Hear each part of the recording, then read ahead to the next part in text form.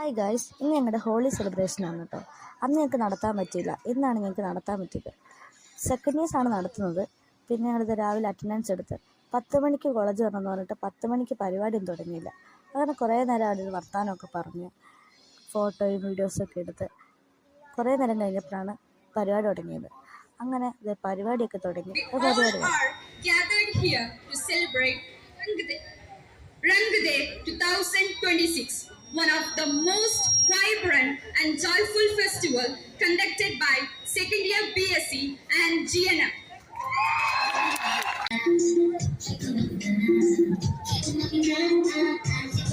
അവരങ്ങോട്ട് പോവുക, അതിനാണ് നമ്മളെ വിളിച്ച് ഫ്രണ്ട് പാർട്ടില്ല.